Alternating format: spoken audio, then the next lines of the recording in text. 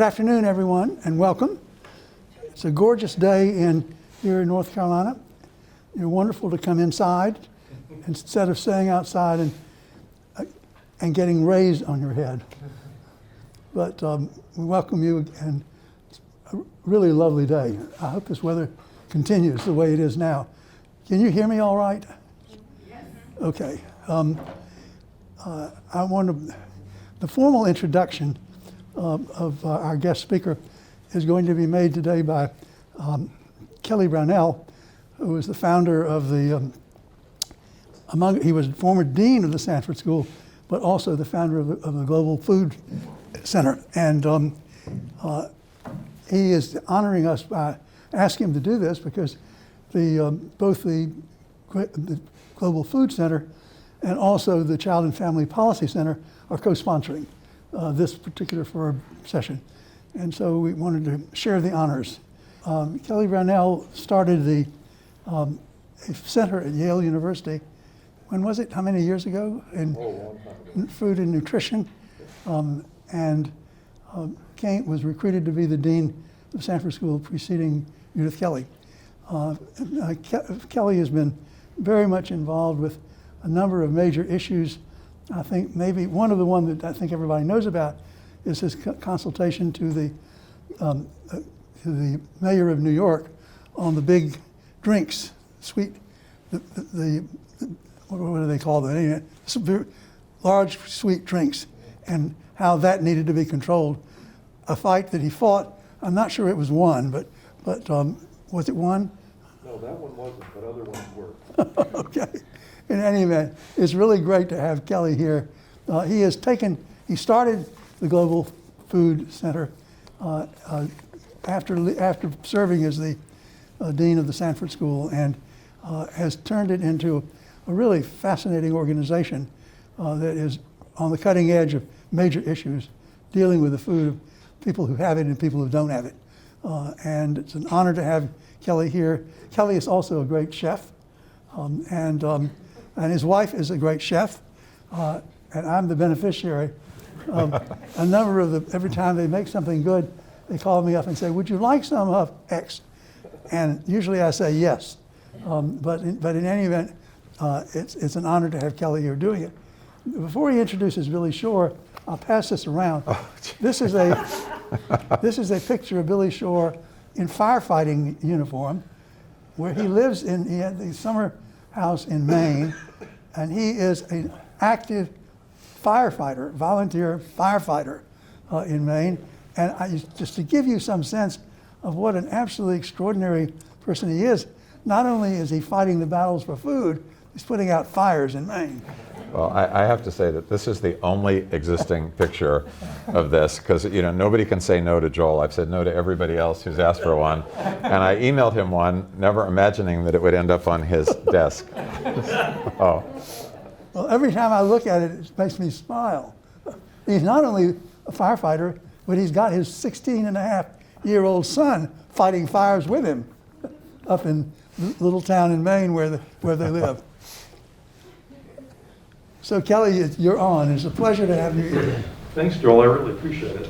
And so, Joel, I'd just like to let you know, in case we're violating some fire code, you're going to be issued the citation because you're in charge of this event.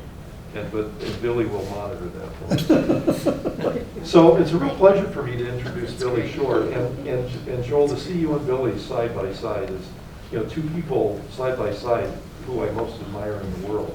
And it's really wonderful. It's like having Ty Cobb and Babe Ruth in the same room or something. So, Billy, it's a real pleasure to introduce you and for all of you to introduce such a truly visionary person as Billy Shore is.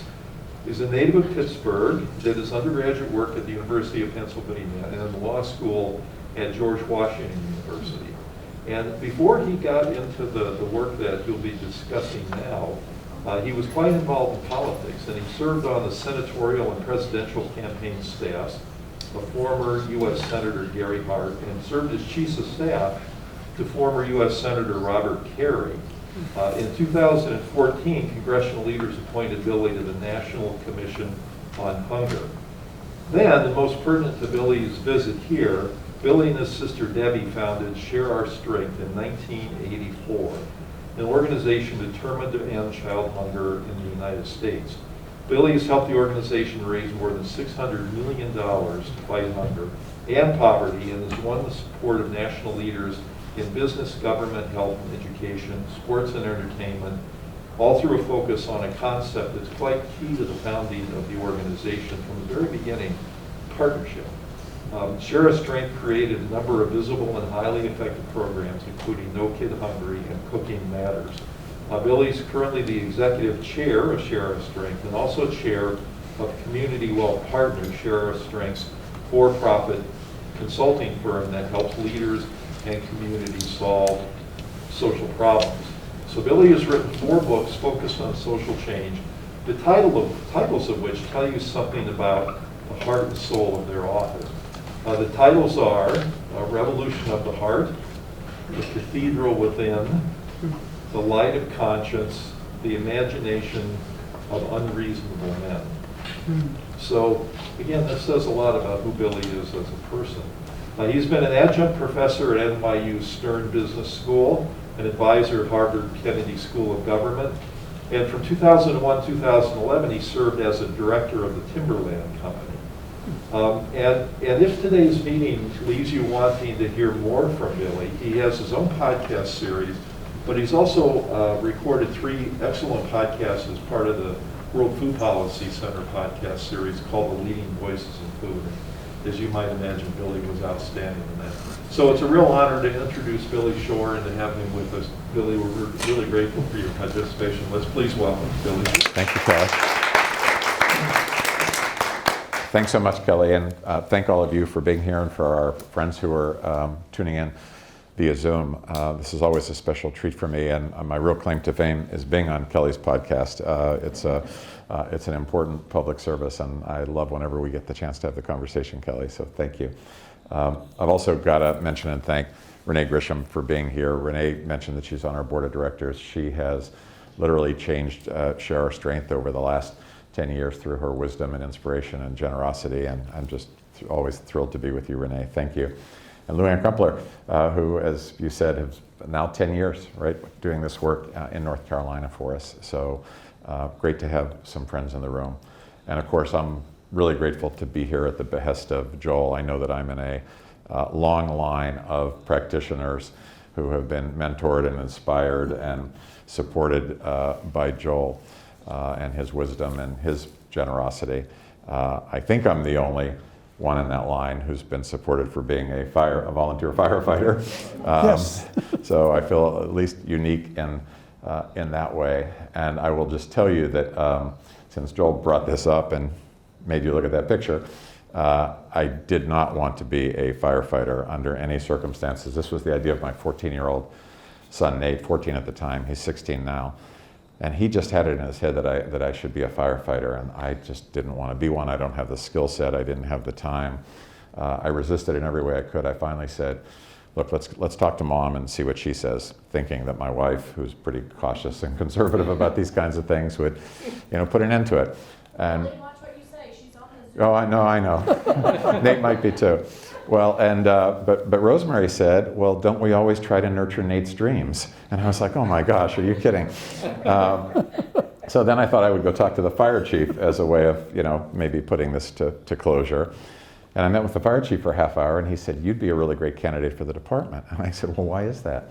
And he said, you would lower the average age of the department by about 10 years, which was really pretty concerning if you happen to live in this small town in Maine. This is in Kennebunkport, Maine. Anyhow, Nate kept persisting, and I said, Nate, look, I'm gonna make a decision on Monday morning, and that we'll just have to live with it, whatever it is. And he said, Sunday night came around, and he said, Dad, he said, I know you're making a big decision tomorrow morning. Can I just make one last pitch? I said, sure.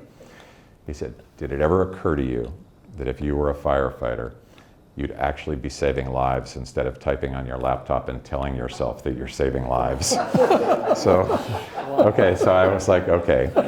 So anyhow, I've been a firefighter for the last 3 years and responded, I was telling Joel, to about 300 calls. The one other thing I'll tell you about it, though, because it was an important lesson really about Nate's wisdom and about kind of the importance of imagination, or the dangers of failure of imagination. I remember one of the first calls that I responded to early was a woman who was having a seizure in a restaurant, and Nate happened to be with me when the pager went off, so he was going to come with me. And we got there, and the ambulance was parked in front of the restaurant, and another firefighter was parked there. And so I said to Nate, I said, I'm going to park a couple doors down. I don't want to be in the way. You stay in the car. I'll be back as soon as I can. Go tend to the woman, get her in the ambulance, and so forth. And as I come back to the car, I get in, and Nate looks just very upset with me. And I was like, buddy, what's the matter? He said, we'll talk about it when we get home. And I said, we'll talk about it he says, we'll talk about it when we get home.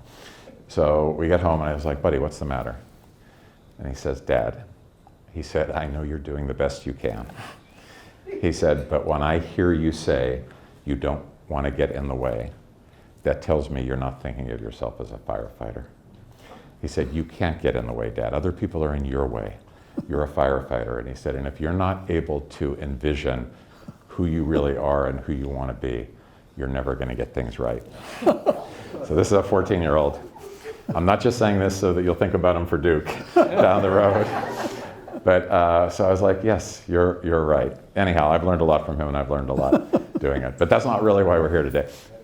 So let me spend a couple minutes talking about what I think have been some of the lessons of the last 18 months. The last 18 months have just been unbelievably rich in lessons. I'm not one of those people that thinks there's a silver lining to the pandemic. I think the death and the destruction and the loss and the despair have been too great to find a silver lining in. But I do think we've learned a lot about how we can extend our impact going forward. And when Joel asked me kind of the theme of this conversation, for me it was kind of the pandemic paradox, because we saw 10 years of incredible progress reversed.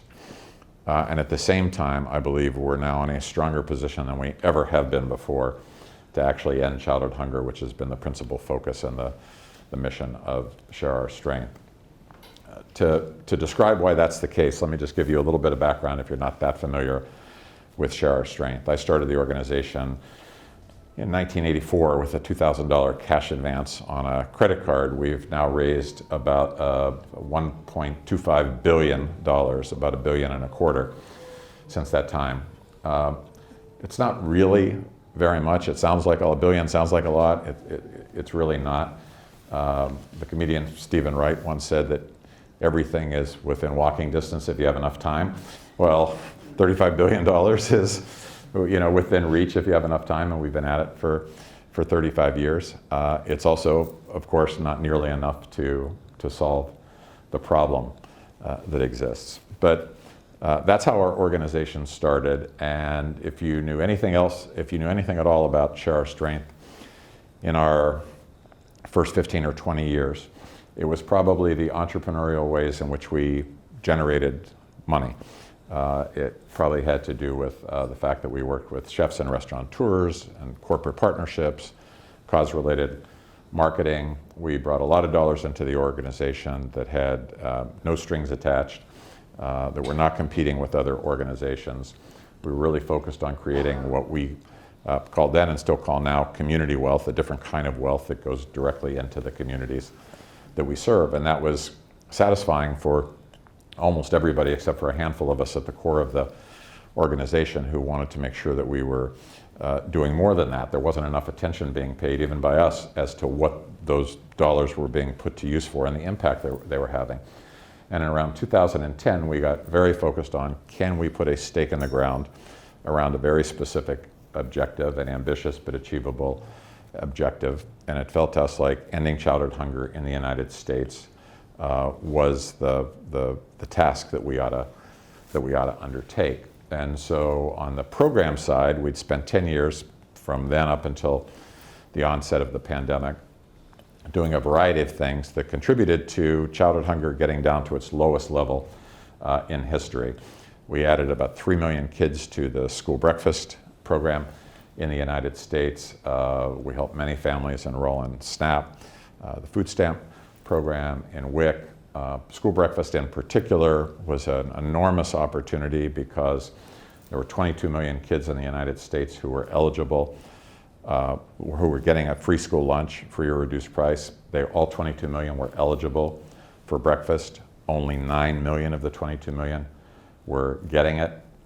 At lunch, kids are already there. At breakfast, you have to get there early, and there might be the stigma attached to being the kids who show up early at school. We did a very simple, but not to be confused with easy thing, which is we moved breakfast from the cafeteria to the classroom in thousands of schools across the country. So that instead of kids having to get there earlier, they ate in class in the first couple minutes of their class. And that added, as I say, I think about 3.2 million kids to the breakfast program, 100% federally subsidized.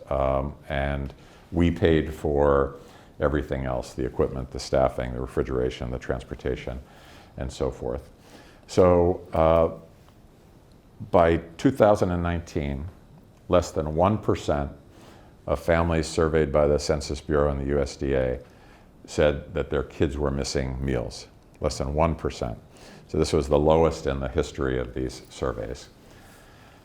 So then the pandemic happens, and the other paradoxes that we live with, the other elements of the paradox are, I mentioned that we did most of our revenue generation through the restaurant and the culinary community, and of course all the restaurants closed.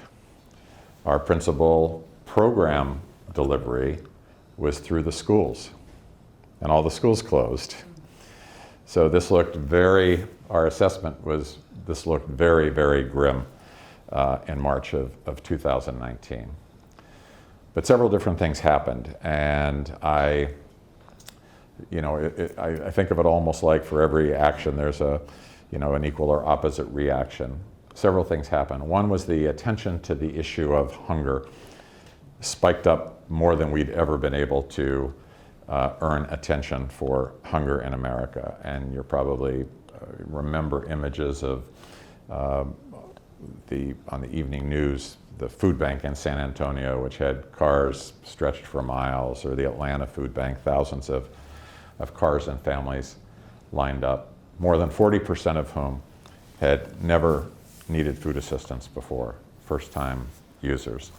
So tremendous need, but also tremendous awareness and a much larger and broader and more diverse constituency of people who cared about hunger.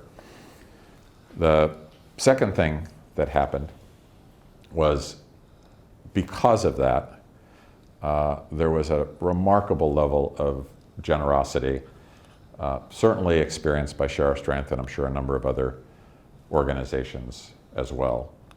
We had 150,000. We're an organization that, with the chefs and the restaurateurs, we did events, and we did auctions, and we did fine food and wine dinners. We did not have a large individual donor program. During the pandemic, and literally in the first 6 months of the pandemic, 150,000 new first-time donors found us before we were able to even find them. So for our organization, really quite different. And at the other end of the spectrum, Mackenzie Scott Bezos, who donates $30 million to Share Our Strength. And as you know from her other donations, unsolicited, no paperwork, no application, just shows up. So that was very different as well and changed things for us. And then the third was Congress and policy kicked in a big way. Congress, and I'll speak more about this in a moment, but Congress created a number of flexibilities that made it more efficient and more effective for the way we could feed kids. And we were able to combine all of these to do, in effect, what would be the largest infusion of private capital into the school feeding system in history. Within 12 months, we pumped $100 million into 2,000 school districts and another 1,000 community organizations to enable them to feed kids in the alternative ways that the pandemic required when the schools were closed. So this was all very different from us, and I think it's, it's always important to look back and think about why we were able to do this. And I've tried to appreciate that, just like Sun Tzu said that every battle is won or lost before it is fought. I think that we were prepared to do this not because of things we did during the pandemic so much as things we did in the 5 or 10 years before the pandemic. The capacities that we built as an organization, the culture that we created in the organization, the talent that we created within the organization. There wasn't time in the moment to actually think about doing all those things. They were either done or not done. And I think today that decisions we're making today are probably going to impact our ability to be effective 4 or 5 years from now. So things changed very suddenly. And if I try to tease out kind of the 5 or 6 lessons of it, for me, the first would probably be what I think of as kind of a default to action. We're an organization that's pretty methodical in our planning. And we pivoted to a philosophy of ready, shoot, aim. Okay, we had to act quickly, and we developed partnerships with organizations like Save the Children, the Urban School Food Alliance, corporations like Fanatics, a sports company, that normally would have taken months and months to hammer out, and were literally consecrated sometimes over a weekend. We moved that quickly. We loosened up our vetting. We loosened up our review process. We decided that we had to take some risks in order to move quick and default to action. Stephen Covey used to say that progress occurred at the speed of trust. Well, the speed of trust gets accelerated during a crisis. And we had our own speed of trust accelerated, but we saw that in other places as well. Yeah, again, Congress was probably the best example. We went to Congress in March and April of 2020, and we asked them to do some things that we'd been asking for 10 years or 20 years that would enable us to feed kids more effectively. So, the meals are 100% reimbursed if you follow certain rules and guidelines that are actually federal law. So for example, you can only get reimbursed for a meal if you have fed a meal to a child in school. And there were no kids coming to school because the schools were closed. You could only give a child 1 meal. If you gave a child 2 meals, you couldn't get reimbursed for it. You could not give a meal to a parent. Congress changed all of that. They said you could take 5, 10, or 15 meals to a neighborhood, to a community. You probably saw stories about school buses that instead of picking the kids up on different corners would drop the meals off on those corners. The meals themselves were paid for. Everything else somebody like us had to cover. But Congress acted so quickly, it was really mind-boggling. It would be like walking into the DMV to renew your license and then saying, why don't you come to the front of the line, right? We're going to renew your license. Don't worry about whether you brought 2 copies of your utility bills, right? Let's do this. And it just happened so quick.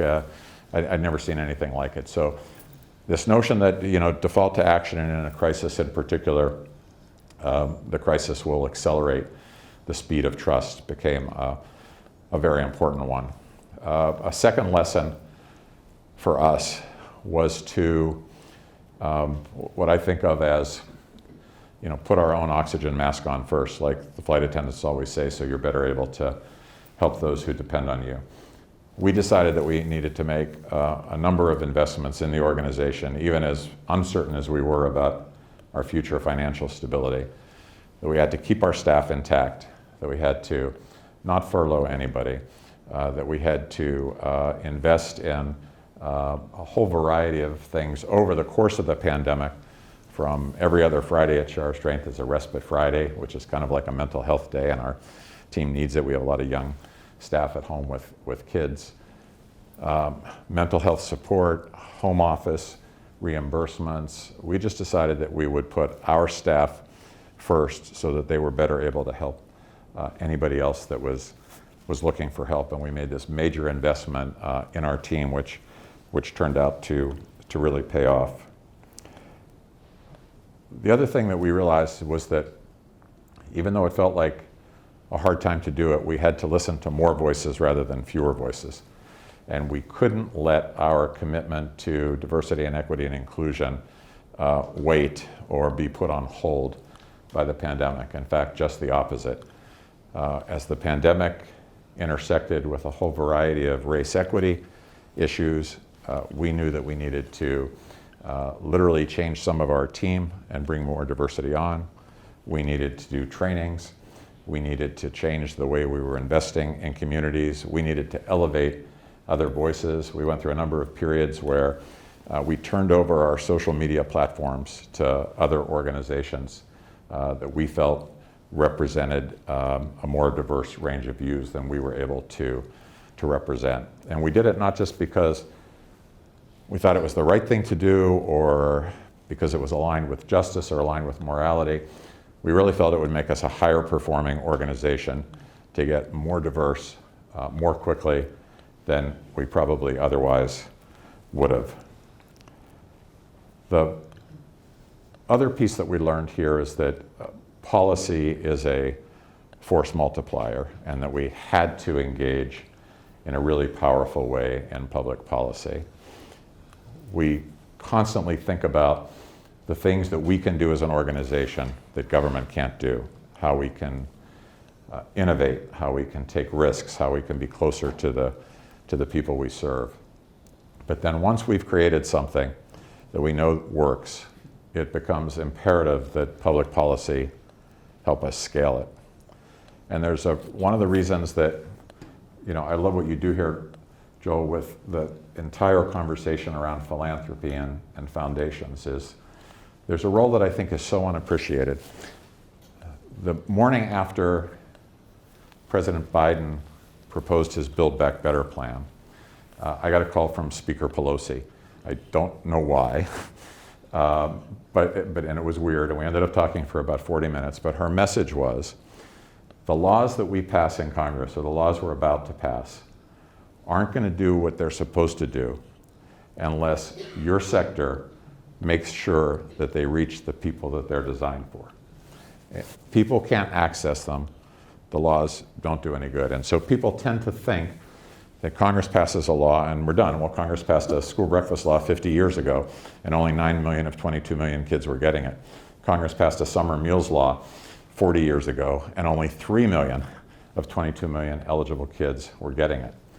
So the role of community organizations, whether they're local, state, national, the role of community organizations in connecting to those policy issues, helping policymakers get the policy right, and then being the boots on the ground that actually connect people to them becomes absolutely vital. I thought it was fascinating that Speaker Pelosi got that. I used to work on the Hill for quite a long time, and when you're there, you think that that's the end all and the be all, and you pass your law and everything's going to be fixed. She got that it takes this sector to be an equal partner to make this happen. The last two things I'd say that we learned were that our core values, even during a pandemic, our organization's core values need to remain healthy, no matter how devastating the pandemic is. And it relates to, I think, everything that I'd said just over the last few moments. When you're moving fast, you have to have some touchstone that you come back to in terms of making decisions. And our core values, which are broad but mean something to us, act boldly, share strength, embrace diversity, have fun. There are a couple others. At every point that we were moving fast as an organization, we had those to check back with and say, do these align? And we spent, months, maybe years, arguing among each other what our core values should be. This is quite some time ago. That turned out to pay off because we have them on the wall and everybody would look at them and connect to them. And then the last thing was, and this is probably the most important for our future as an organization, was understanding, and the pandemic I think helped a lot of people understand this, that there's an interconnectedness between so many of these issues that we care about, and an interconnectedness with all of us. Our tagline at Share Our Strength many, many years ago used to be that it takes more than food to fight hunger. And we started to think about that because we know that no matter how many kids we get involved in school breakfast or how many families we get involved in the SNAP program, at the end of the day, hunger is a symptom of a deeper problem, of poverty, inequity, structural racism, a whole set of issues. And the pandemic, for the first time, created an awareness, a permission, even an insistence among some of our stakeholders that we start to deal with these other issues. Not that we take our eye off the ball in terms of what we're trying to do with making sure kids get meals. And I really believe that although 3 meals a day are not a guarantee that kids will thrive, if they don't get 3 meals a day, it's pretty much a guarantee that they won't. So in a triage sense, our core work of making sure that kids get 3 meals a day, that they have a chance to be healthy, to pay attention in school, to do well, becomes absolutely vital. But we know that it's not enough. And we'd not previously really felt that we had the permission to attack some of these root causes. And now we're starting to do that as an organization. We've just created a senior vice president position for family economic opportunity. We've gotten involved in a very big way in this new refundable child tax credit, which is estimated to be able to lift as many as 40% of all kids who are living in poverty outside of poverty. We've actually built a campaign in places like Mississippi and Maine and Ohio and Arkansas that has a field operation and clinics and door-to-door canvassing, just the way you might do for voter registration and voter turnout. Because for the child tax credit, the families that need it the most are the least likely to access it because they may not have had enough income to even file taxes. If you file taxes, you get the credit automatically, and some 90% of all Americans will. But the 10% who need it the most, who are the most desperate economically, need somebody to actually explain the credit to them, sit with them, work on the computer, make sure they get it. So a whole range of things that we're doing now, that's just being the first, that really get at this notion that it takes more than food to fight hunger. And I think during the pandemic, we realized that, in a literal sense, we have the ability to make each other sick or healthy, right? We're all wearing masks here because we know that we have the ability to impact each other's health. But I think that interconnectedness applied across a whole set of issues. It's almost like the entire country was able to look under the hood of the car at the same time and say, oh, all these wires and cables and bolts and screws, they're all connected. They all impact each other. This doesn't work unless all of these work. And I think about this because we interviewed a man, we made a short documentary about our work in the schools, and we interviewed the head of school food service in Detroit, a man named Carl Williams. And he said in this interview, he said, if students rise, he said, when students rise, we all rise. And I loved what was packed into those 6 words, when students rise, we all rise, because there's the notion that we are all interconnected. There's the notion of investing in kids, investing in their education. There's the notion of not if they rise, but when they rise. And the belief, the conviction that when they rise, it impacts each and every one of us. And so I think this interconnectedness for a lot of organizations, if they're willing to embrace it, if they're willing to think about how to balance the work that they've been doing, in many cases, many great nonprofit organizations end up working on, not all, but many end up working on symptoms of a problem, not the underlying causes. The symptoms are, just like anything else, are usually somewhat simpler and less expensive to treat, at least in the short term, but not in the long term. If organizations are willing to embrace this, I think we can get to a much more powerful place of impact as a community. So those are some of the things that we've learned as an organization. Default to action, put your own oxygen mask on first, public policy as a source of great leverage, your core values, the interconnectedness, and of course, park where the other firefighters park. Want to open it up? Questions? Sure, absolutely.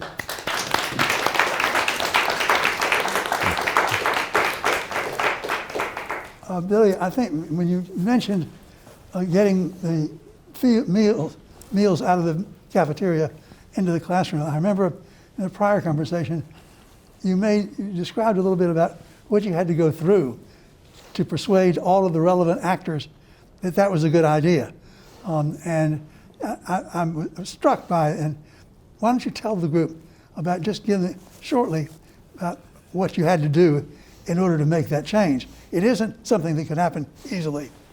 Yeah, I think I described it as simple, but not easily, not to be confused with easy. And some of you, if you know the school systems, you'll be familiar with this. But the notion of moving breakfast from the cafeteria to the classroom sounds like it should be an easy thing to do. It has an unbelievably powerful impact, and once any school district tries it, they almost never go back. There's probably one or two exceptions that I'm familiar with, but once they get over that hump, but nobody wants to do it at first. Everybody associated with the whole school system objects to the idea of bringing food into the classroom. The teachers don't want to clean up spilled milk.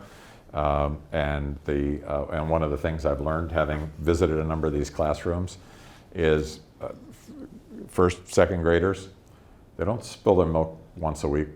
They spill it every single morning. And they got these little hands, and they got these big bowls, and so there is spilled milk. The PTA is worried that it's going to interfere with instructional time. The janitors are going to worried that they're going to have to pick up the trash at a different time of day than they're used to. There's union contracts involved in a lot of these things. So it's a very difficult thing, and the only way we could overcome it was to, in effect, flood the zone and to go into communities with a lot of resources and volunteers and say, try this, we'll clean up, we'll be in the classroom, we'll get you what you need, we'll put down trays, we'll put down mats, whatever it takes, give this a try. When they try it, of course, they find that it's way more communal and civilized than kids going to the cafeteria in different groups at different times. They actually found out that they increase instructional time. And I remember both in North Carolina, I heard this at a conference that you and I were at, Luann, and in Virginia, one of the things that principals found was that kids who used to go because they were hungry, they used to go to the cafeteria and come to first period 20 minutes late. Even if they didn't get to school early enough to go to the cafeteria, they'd still go there and blow off part of first period. Now they were coming straight to first period on time, and the teachers were picking up this instructional time.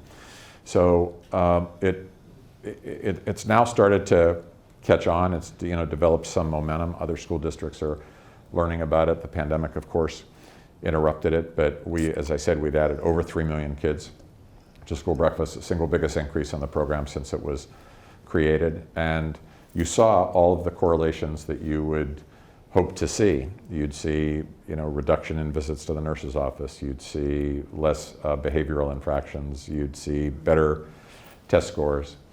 And again, not a panacea.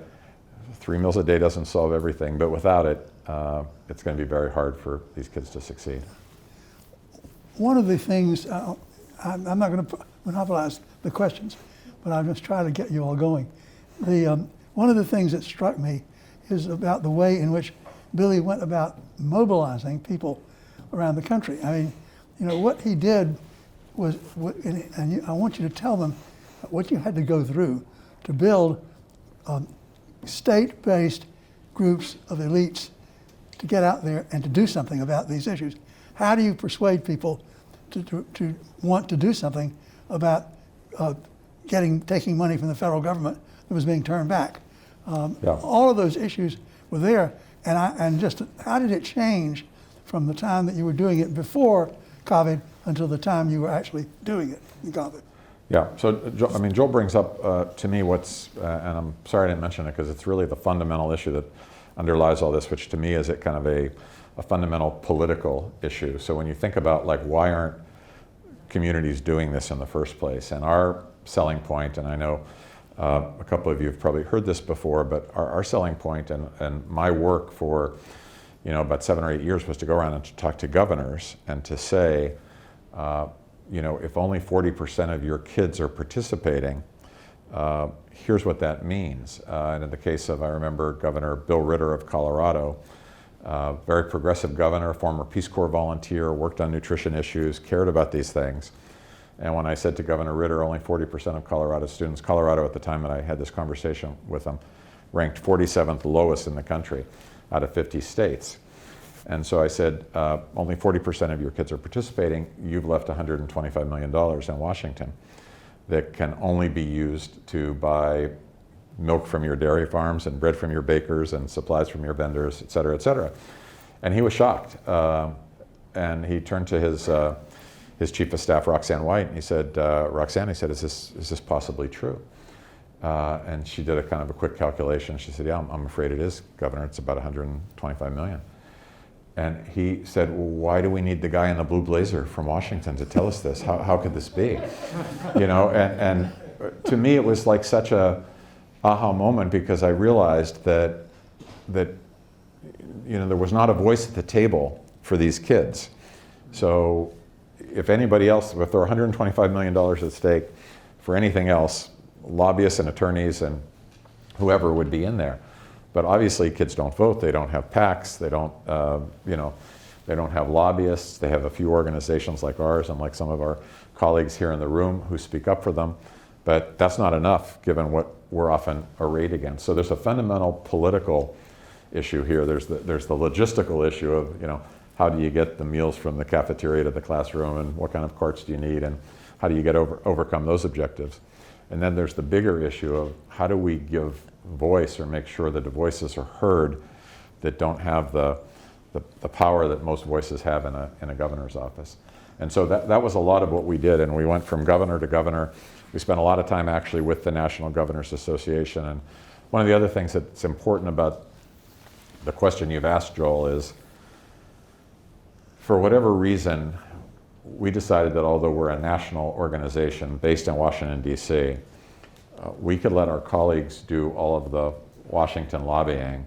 Nobody was paying attention to the governor's offices where these programs are actually, they live or die. That's what decides them: governors, mayors, school superintendents.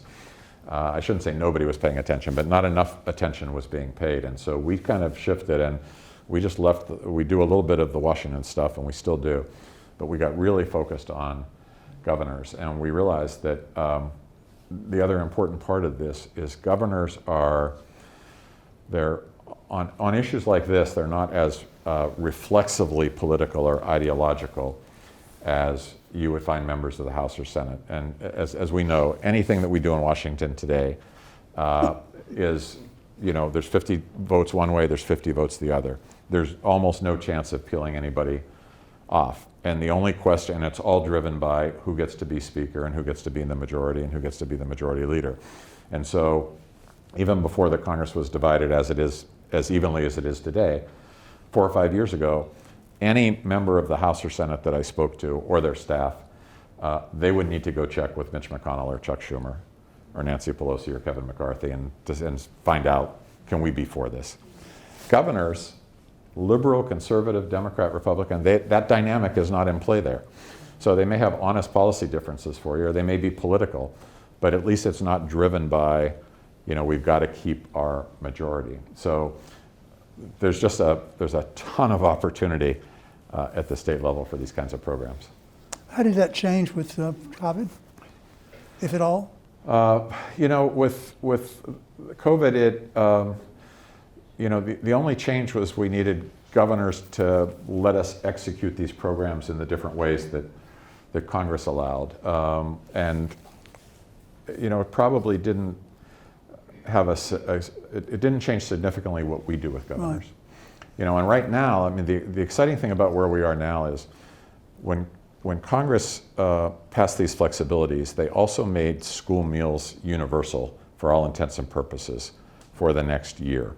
So this has never been the case. There's always been eligibility requirements, and maybe there should be, maybe there shouldn't be, but they've always been there.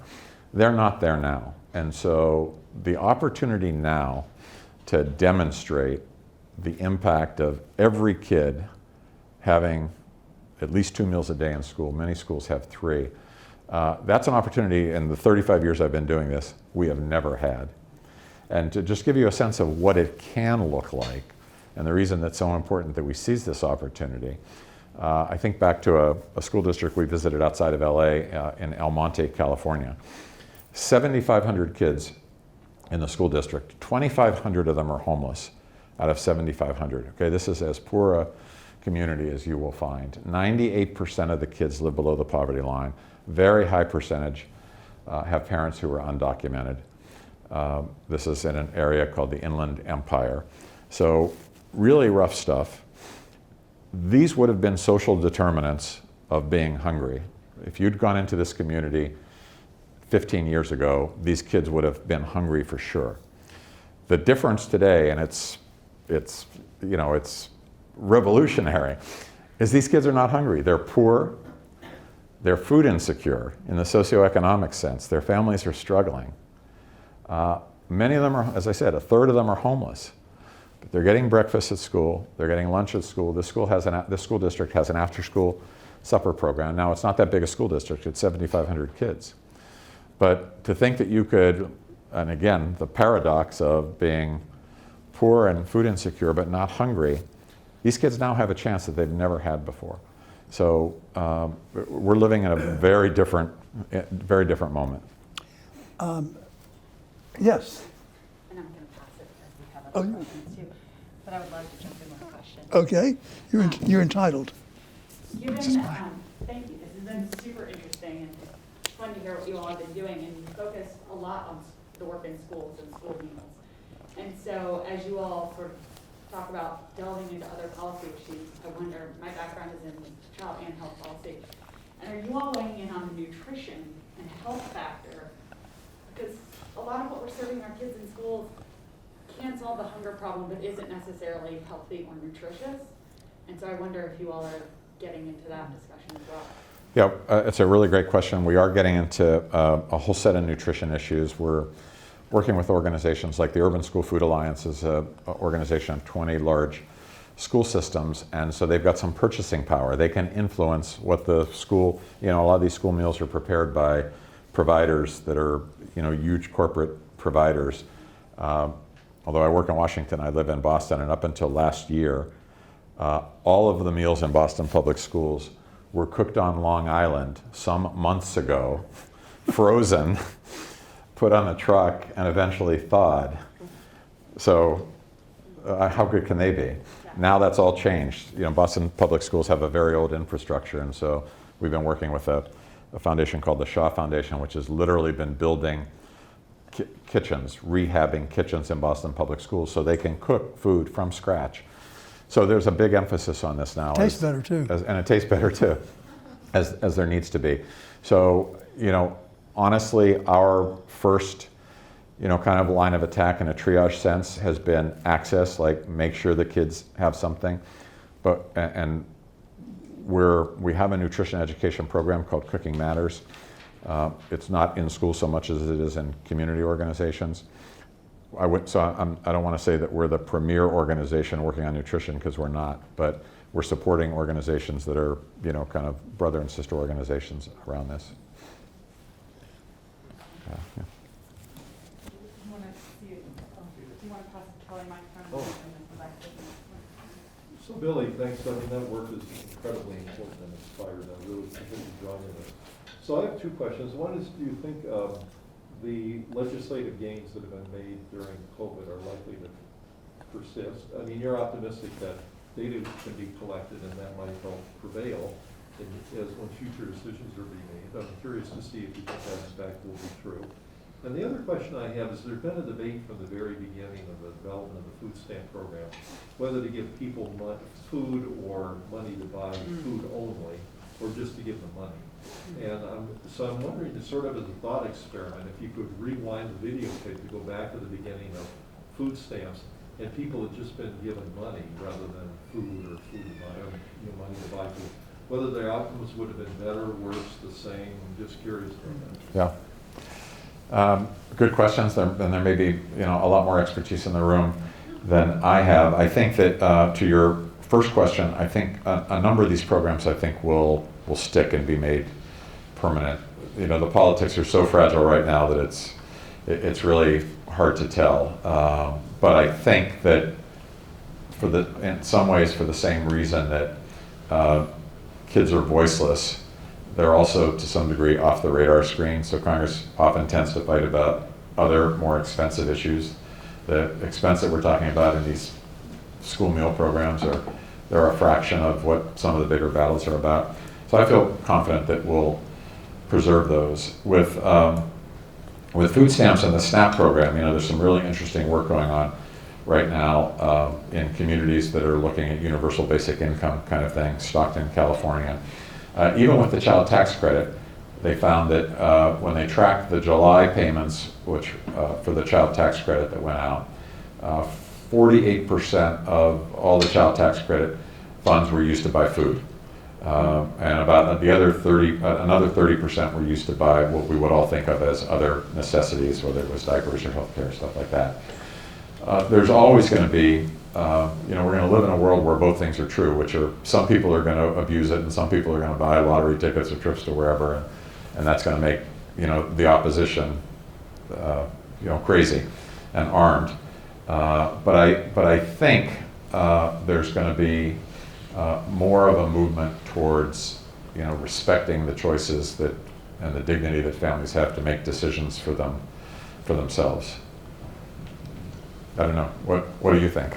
Well, I don't really know. It's an interesting idea. One interesting question related to this is if communities are in the best position to decide how to solve their own food problems. And, you know, instead of government top down, you know, we're gonna tell you how a program is structured. If money just got invested in communities and they develop things like food co-ops or farm-to-school programs or things like that, whether there would be beneficial effects. It's a testable question that's not been tested. It would be very interesting to see about that. My question comes more from sort of the community, regional, state-based organization perspective with an idea that also has a specificity but seeks to shift issues of poverty and inequities. My first question was going to be, so how did you get from an idea to the policy work? And I know your history in Washington certainly gave you connections that you I'm sure were able to utilize.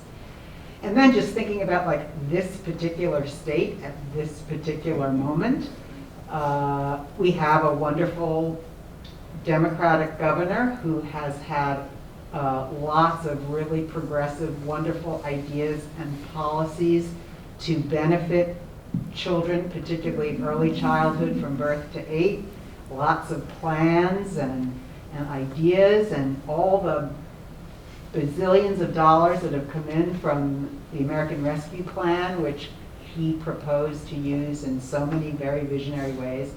And we have a legislature that is so fraught with inaction and inequities that it's very frustrating to those of us who see the opportunity and who know that the governor really does have some, I mean, I love the fact that you were talking about governors, and yet here we are in this particular state at this particular moment in a really frustrating place. Yeah. Well, and to your first question, I would say that, you know, we got into policy too slow and too late. So I think about your phrase, Kelly, you know, if we could rewind the clock, one of the things that I would do different would be to, you know, make sure that Share Our Strength had gotten involved in policy much earlier. One of the things that happened, this must have been 15 years ago now, is there was a small article in the Washington Post kind of under the, you know, municipal scandal genre of the city, which was, you know, desperately poor, the District of Columbia, turned back something like $400,000 to the federal government for summer meals that they didn't use. And when I saw that, I was like, well, wait a second. First of all, that's true here, it must be true other places, but how do we go after that? And then when you have kind of the division that you have here, you know, we have a constant struggle at Share Our Strength internally, and particularly as we get more and more diverse. And I think there's kind of a fork in the road that a lot of organizations face when it comes to partisanship, or, you know, I describe us as being a very political organization, but not a partisan organization. And I think the decision you have to make or is, am I going to be a bridge builder or a bomb thrower? So, we have colleague organizations that when somebody votes the wrong way in the legislature or wherever, they just hammer the living daylights out of them. We don't do that. We try and stay at the table, we try and educate, we try and persuade. It's just a philosophical choice. Not everybody agrees with it. But when you have the kind of division you have here, it's very tough, and it's, North Carolina is not the only place that has that. We're living it right here, right Yeah, now. I wish I had an answer for you. That's a tough one. Thank you. But it's also, we're better than we were, in the sense that the legislature, governor can in fact, has a veto. They can Right. just We sign it. helped So to that make sure changed that the dynamic Right. very significantly. It didn't eliminate the problem, Right. but it made it Changed it. easier to deal with it. Right. And he's exercised the veto over and over again.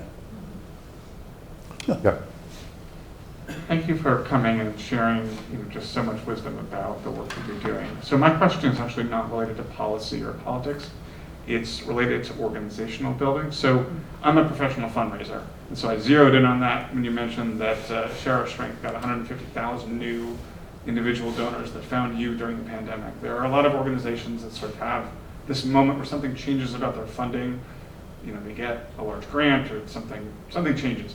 Did that alter how the organization operated at all, or change how you approach things? Yeah, it's a really good question. So our revenues went from, and I should have mentioned this, our revenues went from 84 million in 2019 to 161 million in 2020, and then settled down to, we think, about 147 million this year. So that's a long way of saying we haven't quite figured out where equilibrium is yet. It's definitely changed a lot of things for us, because in theory, some subset, by no means all, but some subset of those new donors should stick with us if we do our job in terms of explaining the impact that we've had and so forth. There have been a number of inflection points for us as an organization that have really changed things. So when I said we started with the $2,000 cash advance, I wasn't kidding. And then 3 years later, this is in the late 1980s, MasterCard came to us because we did a food event called Taste of the Nation, and they said, we'd love to be the sponsor for $30,000 a year. And I hadn't paid off the credit card yet, so I was like, $30,000 a year, that changes everything.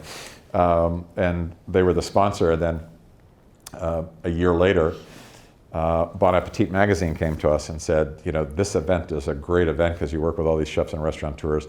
We'd be the sponsor for $125,000 a year. And so I was like, oh, it's not worth $30,000, it's worth $125,000.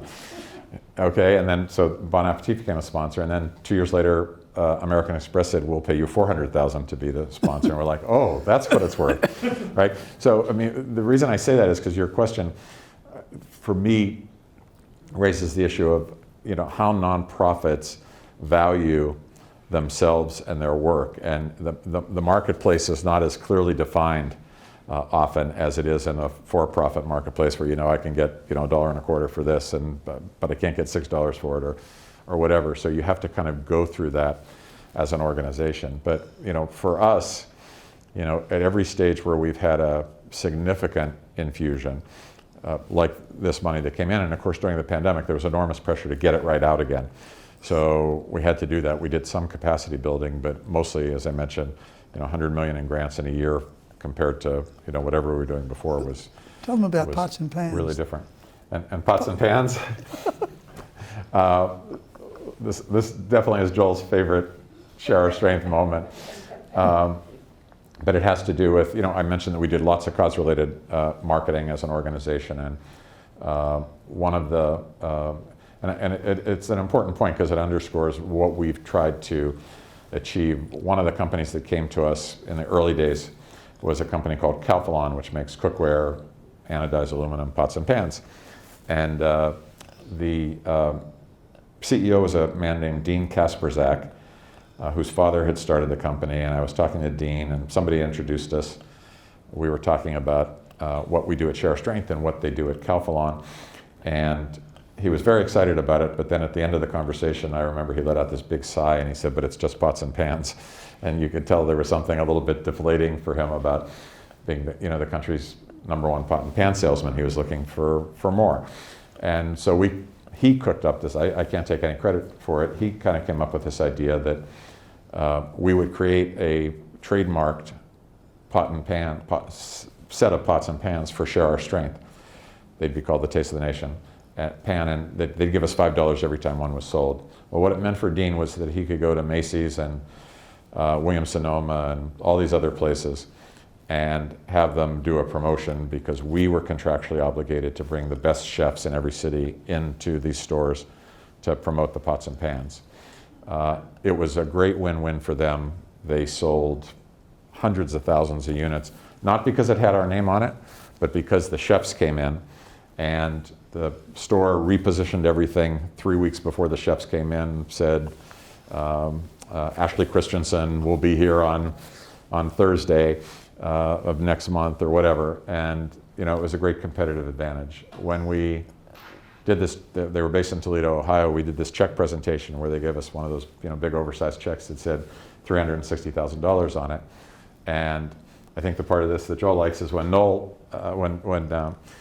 likes is when Dean gave me the check, we both gave a little speech to the employees. He, as a stage whisperer, as we were walking off stage, said, if we're giving you $360,000, can you imagine how much we made? Right? Is that?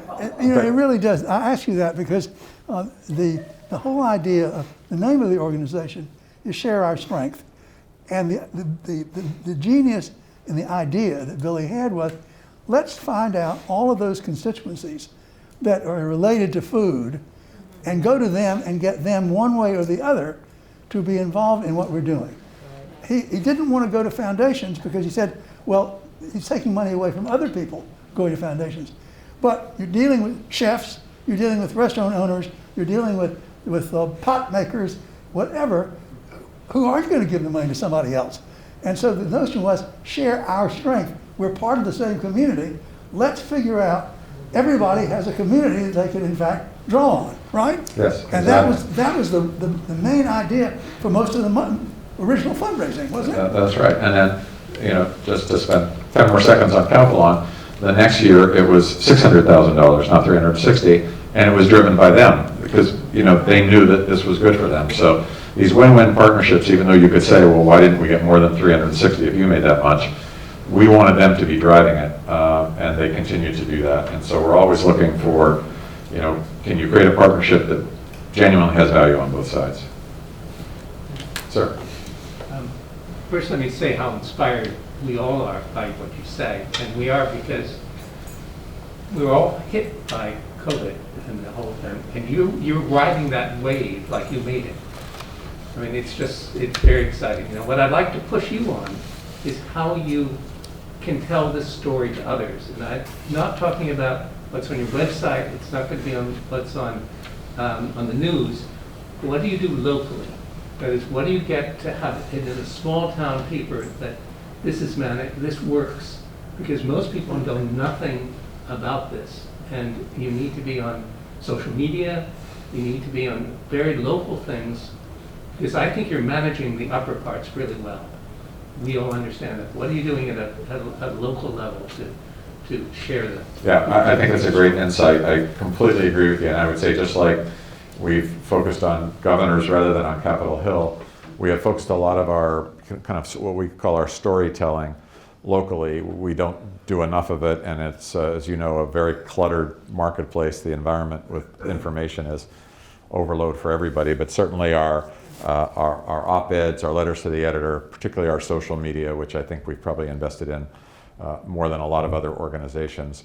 They really try to tell that local impact story. And one of the things that, the point that I think is so important about what you're saying is it implies, and I completely agree with it, that we need to invest in both measuring the impact and sharing what the impact is. And a lot of organizations, I feel, either feel pressure not to spend their dollars that way, and they need to put more of them out into the community, and that comes at some expense. But the thing that drives me crazy in this sector that we live in is that there's always so much attention on what I think of as kind of proxy measures for how effective are you as an organization, what's your administrative overhead, or how big is your payroll, and people want to know that because it tells them something, but it really doesn't tell them very much.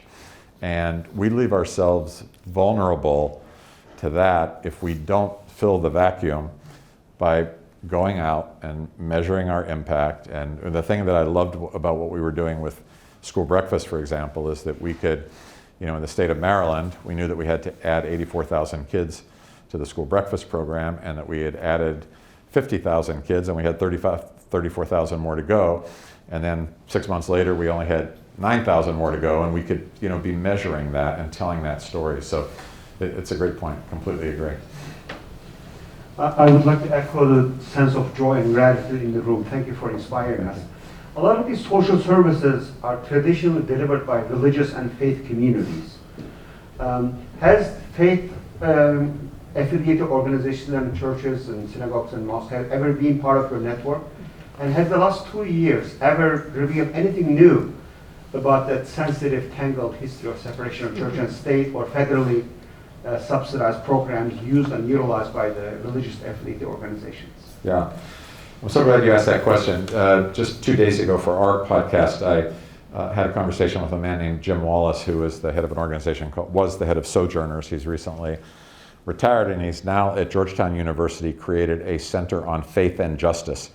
And I had talked to Jim last Thursday, and he had just actually come from a press conference on the child tax credit with a wide variety of faith organizations. And he said it was really unusual to get them all to agree to be in the same place on an issue, but when it came to child poverty, Jewish, Muslim, Catholic, you name it, they were all there. And he was very eloquent about the fact that the faith community is one of the few communities that can come together on justice issues that might divide other communities. So I think they play a really important role. And at this press conference that they organized, they had Speaker Pelosi there. They had Congresswoman Rosa DeLauro, who's kind of the godmother of the child tax credit. They had a number of folks like that, and these people were drawn together because they wanted to hear the faith leaders, and they wanted to, in effect, bear witness to the faith leaders coming together around this important issue. So I think there's a very big role to play. I'm not sure. Tell me what you were getting at when you asked the church and state separation question. Well, as you know, taxpayers' money cannot easily go to 501c religious organizations. Oh, okay. There are court case after court case. There is a unique dance that these church and religious affiliated organizations play when they receive taxpayers' money. Yeah. Has Share Your Strength or your organization ever worked comfortably with religious organizations? Yeah, we do. So, some of the organizations that, like Jim Wallace that I was just mentioning, we're very much in, in community with. Absolutely.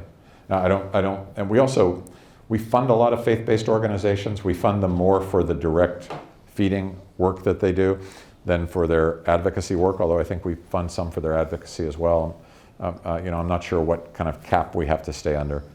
Somebody pays attention to that at Share Our Strength, but I'm just not sure. Yeah. Hi. Please. So something I'm hearing in terms of themes is just this idea of partnership and developing trust. And I'm wondering, as your organization moves, I guess, to the more political, how does that affect your current partnerships with private companies? And, that's essentially what I'm asking. How does that affect, and how do you maintain that partnership? And how do you continue that trust as your organization doesn't change focus, but includes a different branch, I guess?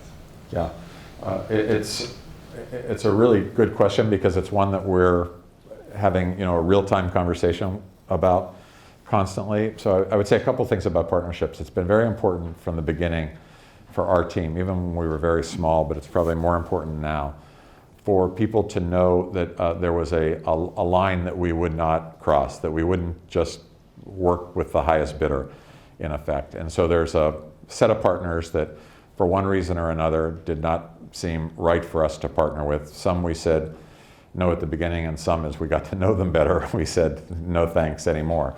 We left the partnership. So I think it's very important for there to be, kind of a red line. On the other hand, I think it's an area where there are a lot more grays than there are blacks and whites. And so if you start, you know, if you would look at our partners from, you know, let's say, just for an example, Ben & Jerry's at one end, Tyson Foods at the other, right? Tyson Foods no longer a partner for some of the reasons, you know, implicit in your question. You'd say, well, that's probably pretty easy to work with Ben & Jerry's and probably not that easy to work with Tyson, so I get that. In the middle, there are dozens of companies that are doing some good things and some not good things. So we have a partnership with Amazon, and I had a student recently say to me, and they're helping us in communities where they have distribution centers. They're helping us, you know, significantly expand the reach of our school breakfast program. But a student said to me at a school a couple weeks ago, she said, so you're going to be $147 million this year. You get $2 million from Amazon. You were a great organization at $145 million. Why do you need their $2 million if they're not treating their employees well? And so, you know, legit question. Obviously for us, we have to kind of balance interests. Are we doing more good or not? Are we building their brand, or are we just using their money to do something good? Are we validating their brand? Are they asking us to say that they're having an impact on hunger? Or are they asking us to say that they're a good company that treats their employees well? If they're asking us to say they're having an impact on hunger, we could probably get comfortable with it. But there's these gradations that get very difficult to, honestly, to decide, because many of the good companies that, you know, I always tell the story of, we had when we were working with Tyson Foods, we had a volunteer in Manchester, New Hampshire, where they closed one of their plants, and he called me up and he said, I can't be part of Share Strength anymore if you're going to continue to work with Tyson. You know, they're a terrible company. They just laid off 500 people. So I said, well, what's a good company to you? And he said, Timberland, which is based in New Hampshire. And I think Joel mentioned, or Kelly mentioned, I was on the board of the Timberland company for 11 years, so that was helpful. And I said, well, I agree Timberland's a good company. I said, but what if I told you that they've closed every one of their manufacturing facilities in the United States in the last 10 years, which they have, and went to places offshore where labor costs were lower. And he's like, well, I said, I'm disappointed, but I still think they're a great company. He knows them, and they are a good company. They do a lot of good things, but not everything. So it's, you know, these are questions that I think the best you can do is really be transparent with people, with your stakeholders, with your team, about how you're thinking about them. Joel Huber is a professor of marketing at the Fuqua School. How do you deal with something like this? This dilemma that Billy's talking about in making a judgment with companies that are doing good and bad? No, I'm not. I've been listening to you all day, and I think you know so much more than I do about that question. It's about the details. It's about the details that matter, and knowing lots of people, so you've got different sources, and that works. But it's not. There aren't simple rules. And what I like most about your company is how you move around and jump around and move to opportunities, which most institutions, particularly big ones like Duke, have a real problem doing. And we envy that, because that allows you to make changes which government can't change. And so that's wonderful. But I would not advise you on which companies not to. I mean, I tell you how to do a research to find out. And then you'd say, well, I already knew that. Thank you, John. So I'm not going to ask you that question, but thank you for that.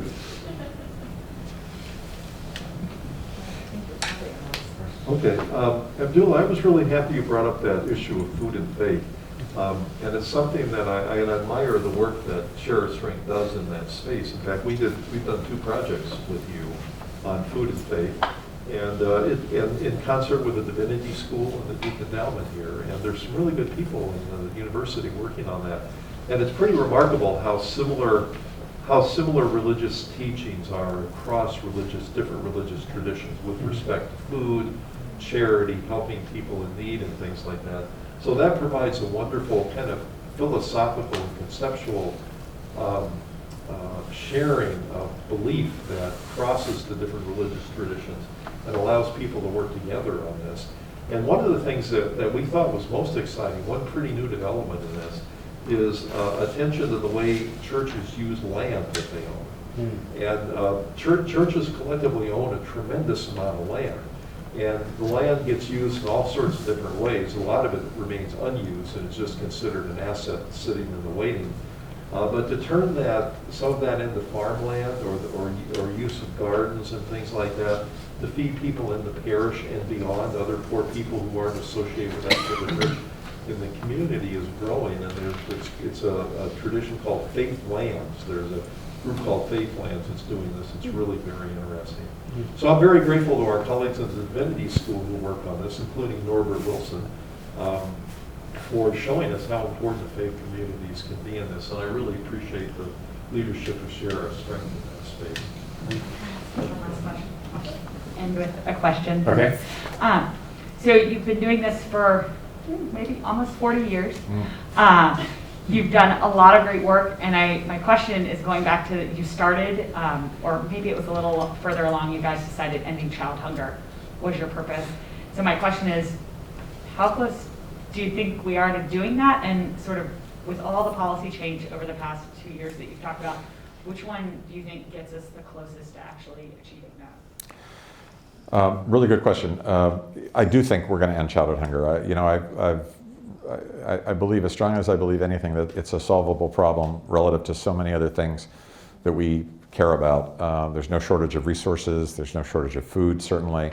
Kids in our country aren't hungry for the reasons that kids around the rest of the world are hungry. So it's very solvable. And I think, as I said, before the pandemic, I felt we were, not like it wasn't tomorrow or next month, but we were within, a line of sight to it. So I think we'll get back there, and it won't take us 10 years to catch up to the 10 years reversal that the pandemic caused. In terms of the policy that's, probably had the most impact, there's a couple different ways to look at it. The thing that has the most impact, frankly, is jobs and unemployment. There's such a strong correlation. Most organizations, anti-hunger organizations, don't pay as much attention to that. They pay more attention to SNAP and food stamps and school meals, and those are all important things.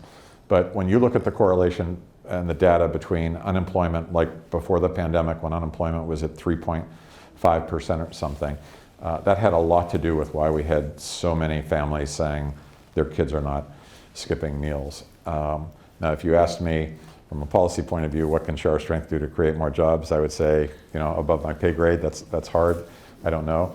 But I know that we have to pay attention to that. But otherwise, I think, the programs that we have, like SNAP and school meals, they're very effective. And over the years, like literally all the fraud and waste and abuse that people worry about have been wrung out of them. There's nothing left but programs that work. So I think, making sure those, I'll close by telling you I had a conversation with Marian Wright Edelman a couple of years ago, and as we were going around the table talking about the different things we work on, she said, I'm with Billy on this. She said, we fought and won these battles 35 years ago, right? We fought and won the battles to have school breakfast, to have summer meals. Let's make sure that, they become a reality before we go fight the next one. And so I'm not saying we don't have to fight others, we do, but we do have to make these real. And if we do, I think we'll succeed. If you go to our website, you'll see that Share Our Strength is hiring almost like 30 new positions as part of our growth, and we love hiring Duke students. We've got a couple great Duke alum in the organization, so tell people you know. You have some to take a vacancies. look. Some vacancies to fill? Yes. I have a good candidate for you. Okay. That's why I mentioned it. Thanks everybody for coming. Great to see you. Well, I mean, you can see how wonderful it is to hear from Billy, because what he's doing is truly inspiring, and he's been doing it and getting better at it every year, even while he undertakes firefighting. And meanwhile, all I can say is, Billy, you have an open invitation to come back again. Okay. We know you're going to make progress steadily, and as we would say, you're doing the Lord's work, and you're doing it extremely well. So, and you're a nice guy too, and then putting out fires on the side.